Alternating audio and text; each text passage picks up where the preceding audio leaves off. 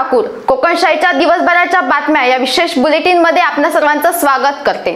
चला तर मग जाणून घेऊया सिंधुदुर्ग जिल्ह्यासहित संपूर्ण कोकण आणि अखंड महाराष्ट्रात नेमकं काय काय घडलं।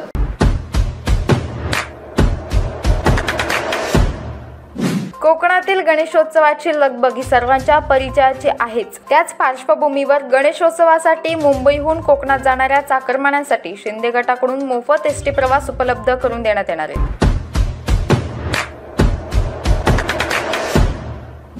कणकवली शहरातील गणपती साना येथील नदीवर 1:30 वाजण्याच्या सुमारास एका 25 वर्षीय तरुणाचा मृतदेह सापडला। तरुणाच्या संशयास्पद मृत्यूबाबत उलटसुलट चर्चा शहरात सुरू झाल्यात।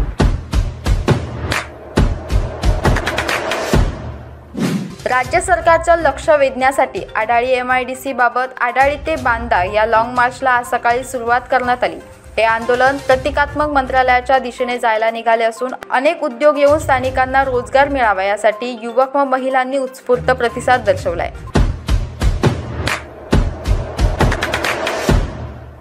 श्री महालक्ष्मी ज्ञानवर्धिनी वाचनालय परुळे आणि काळसे पंचक्रोशी दिव्यांग सेवा संस्था यांच्या संयुक्त विद्यमाने परुळे येथे दिव्यांगांसाठी आयोजित करण्यात आलेल्या आरोग्य तपासणी शिबिरात उत्स्फूर्त प्रतिसाद मिळालाय।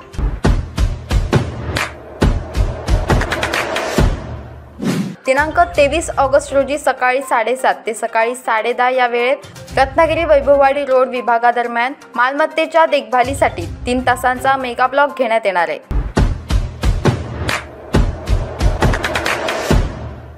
याबरोबरच कोकणशाहीच्या दिवसभराच्या बातम्यांमध्ये इथेच थांबतोय, पण तुम्ही मात्र दिवसभराचे अपडेट्स आणि ताज्या घडामोडी जाणून घेण्यासाठी कोकणशाहीचं YouTube चॅनल सबस्क्राइब करा, फेसबुक पेज लाईक करा आणि Instagram पेजला फॉलो करायला विसरू नका।